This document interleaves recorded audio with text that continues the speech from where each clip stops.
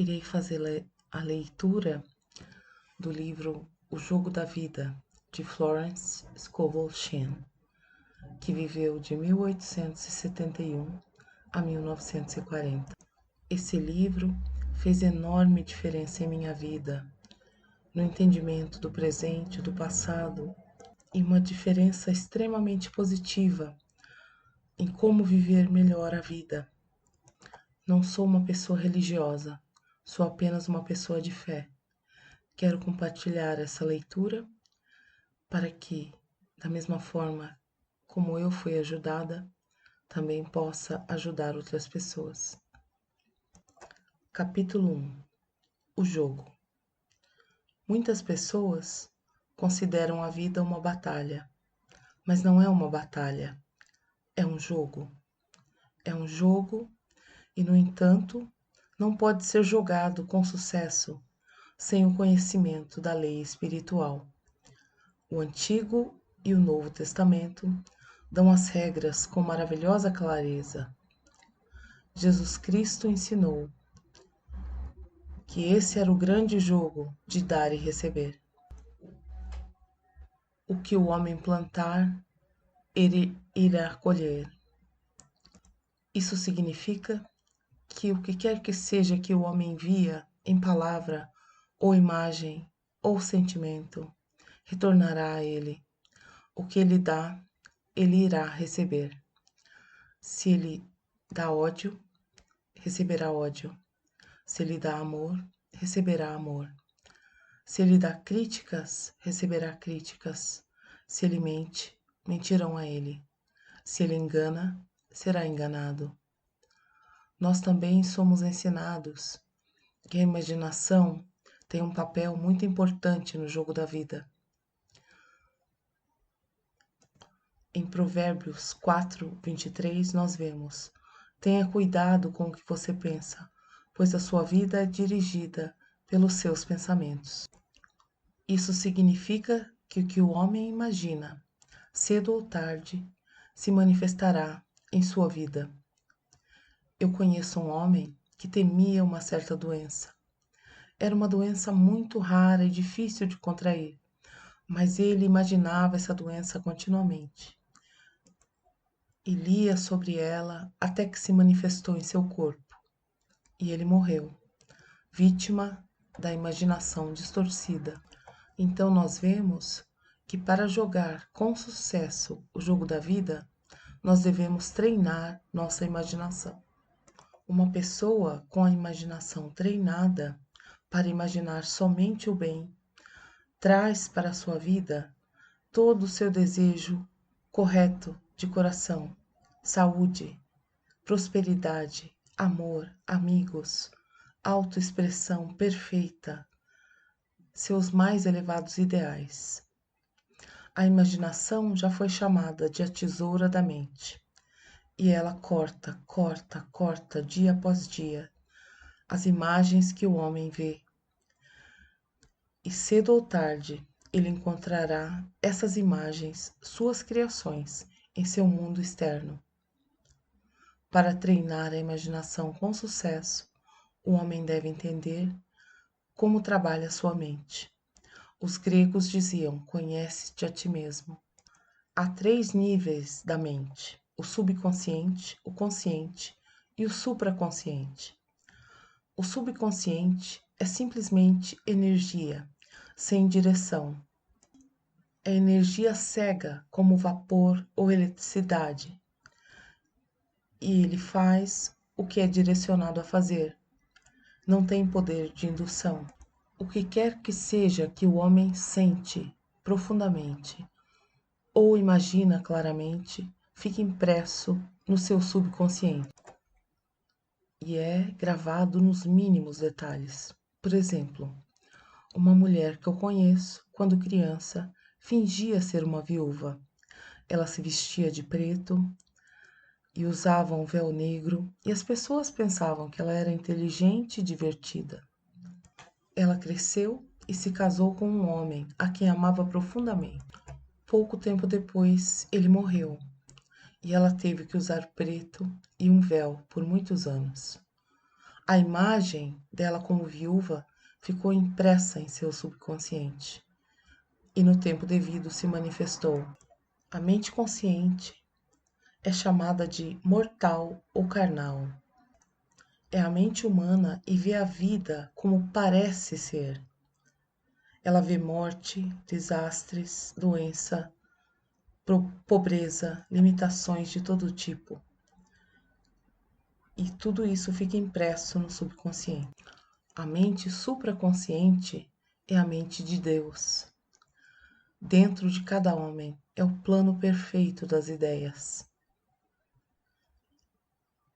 Nela, o padrão perfeito, como dizia Platão, o design divino, pois há um plano divino para cada pessoa.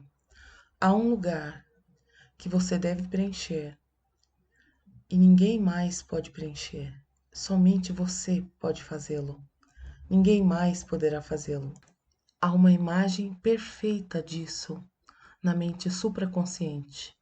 Normalmente vem flashes no consciente como um ideal inatingível, alguma coisa boa demais para ser verdade. Na verdade, esse é o verdadeiro destino do homem, mostrado para ele em flashes pela inteligência infinita de Deus que está dentro dele. Muitas pessoas, no entanto, ignoram completamente os seus destinos e estão lutando por coisas e situações que não pertencem a elas e que só trarão mais fracasso e insatisfação. Uma mulher veio até mim, me pedindo para dizer a palavra, para que ela se casasse com um certo homem, a quem ela chamava de AB e por quem ela estava muito apaixonada. Eu respondi que isso seria uma violação da lei espiritual, mas que eu diria a palavra para o homem certo, a seleção divina para ela, o homem que pertencesse a ela por direito divino. E acrescentei: se AB for o homem certo, você não poderá perdê-lo. E se não for, você receberá seu equivalente. Ela via AB frequentemente, mas nenhum avanço acontecia na amizade deles. Uma noite, ela me telefonou e disse: sabe que, semana passada, AB não parecia mais tão maravilhoso para mim? E respondi: talvez ele não seja a seleção divina. Outro homem pode ser o certo. Logo após aquilo, ela encontrou um outro homem que se apaixonou por ela logo ao início e que disse a ela que ela era o seu ideal. Na verdade, ele disse todas as coisas que ela esperava que a B dissesse a ela. E ela disse: foi muito impressionante. Logo ela retribuiu o seu amor e perdeu completamente o interesse em AB. Isso mostra a lei da substituição. Uma ideia certa substituiu uma ideia errada, portanto, não houve perda ou sacrifício envolvidos. Jesus Cristo disse: buscai primeiro o reino de Deus, e tudo mais vos será acrescentado. E ele disse: o reino está dentro do homem. O reino de Deus é o plano das ideias certas, ou o padrão divino. Jesus Cristo ensinou que as palavras do homem tinham um papel muito importante no jogo da vida. Ele disse: por suas palavras será julgado, e por suas palavras será condenado. Muitas pessoas trouxeram desastre às suas vidas através de palavras aleatórias. Por exemplo, uma mulher certa vez me pediu por que a sua vida agora era uma vida de pobreza e limitação. Me perguntou. Antes ela tinha uma casa, era rodeada de coisas belas e estava sempre cansada de ter que gerenciar toda a casa. E ela dizia repetidamente: estou cansada das coisas. Eu queria viver numa caixa. e acrescentou: hoje eu vivo nessa caixa. Ela usou suas palavras e a colocou nessa caixa. A mente subconsciente não tem senso de humor e as pessoas sempre brincam com situações infelizes. Por exemplo, uma mulher que tinha muito dinheiro sempre fazia piadas sobre se preparar para a casinha pobre. Em poucos anos, ela estava quase sem nada, pois havia imprimido em seu subconsciente a imagem da pobreza e da limitação. Felizmente, a lei funciona nos dois sentidos. Uma situação de escassez pode ser transformada em uma de plenitude. Por exemplo, uma mulher veio até mim num dia muito quente de verão para um tratamento para a prosperidade. Ela disse que estava cansada, desencorajada. Ela disse que tinha apenas $8. Eu disse: bem, vamos abençoar esses $8 e multiplicá-los, assim como Jesus Cristo multiplicou os pães e os peixes. Pois ele ensinou que todo homem tem o poder de abençoar e multiplicar, de curar e de prosperar. Ela perguntou: o que eu devo fazer a seguir? Eu respondi: siga a intuição. Você tem algum palpite, alguma coisa sobre o que fazer ou algum lugar para ir?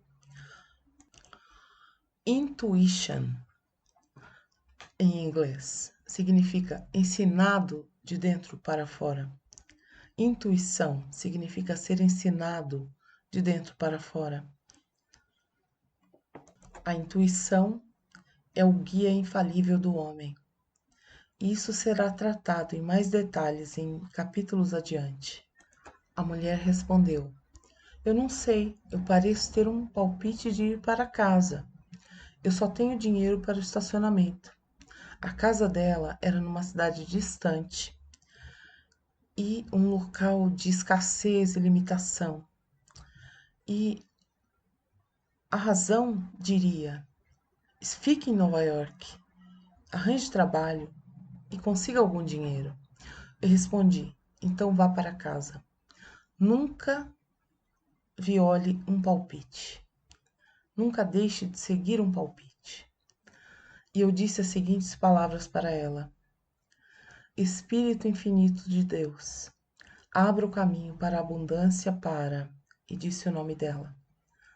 Ela é um imã irresistível para todas as coisas que pertencem a ela por direito divino. Eu também disse a ela que repetisse isso continuamente. Ela foi para casa imediatamente. Numa ligação para uma amiga, ela se conectou com um velho amigo da família, através dessa pessoa. Pois através desse amigo da família, ela recebeu milhares de dólares, de forma milagrosa. Ela sempre me diz: conte às pessoas sobre a mulher que veio até você com apenas $8 e um palpite. Sempre há mais do que suficiente no caminho do homem, mas só pode ser trazido para a manifestação através do desejo, da fé e da palavra dita. Jesus Cristo disse claramente que o homem deve fazer o primeiro movimento. Pedi e recebereis, procurai e achareis, batei e abrir-se-vos-á. Em Isaías 45:11 nós vemos: você me pergunta sobre meus filhos ou me dá ordem sobre o trabalho de minhas mãos? Inteligência divina, Deus, está sempre pronta a atender do menor ao maior desejo do homem. Todo desejo, manifestado ou calado, é uma ordem. Nós sempre recebemos prontamente um desejo. Uma Páscoa, tendo visto muitas roseiras nas vitrines das floriculturas, eu desejei receber uma. E por um instante eu vi mentalmente sendo trazida pela porta. A Páscoa veio e recebi uma linda roseira.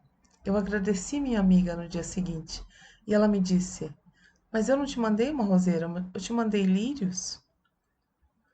O homem confundiu as ordens e me mandou uma roseira. Eu coloquei a lei em ação. Eu tinha que ter uma roseira. Nada fica entre o homem e os seus mais elevados ideais e cada desejo do seu coração, mas a dúvida e o medo. Quando o homem pode desejar sem se preocupar, cada desejo será instantaneamente atendido. Eu explicarei mais, num capítulo adiante, a razão científica para isso. Porque o medo deve ser eliminado da consciência. É o único inimigo do homem.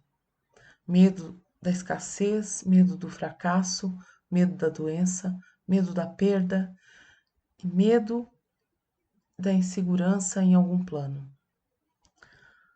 Jesus Cristo disse: Por que temeis? Porque tem tão pouca fé? Em Mateus 8:26. Então nós vemos que devemos substituir o medo por fé, pois o medo é somente a fé invertida, é fé no mal em vez do bem. O objetivo do jogo da vida é enxergar claramente o seu próprio bem e eliminar completamente qualquer imagem mental de coisas más. Isso deve ser feito imprimindo no subconsciente a realização do bem, as imagens da realização do bem. Um homem muito brilhante que conheci, que tinha atingido grande sucesso, me disse que ele eliminou todo o medo de sua consciência quando leu um cartaz que estava em uma sala. O cartaz dizia, em letras grandes: Por que se preocupar? Provavelmente nunca vai acontecer. Essas palavras ficaram carimbadas em seu subconsciente. E ele agora tem uma firme convicção de que somente o bem pode vir para a sua vida. Portanto, somente o bem pode se manifestar.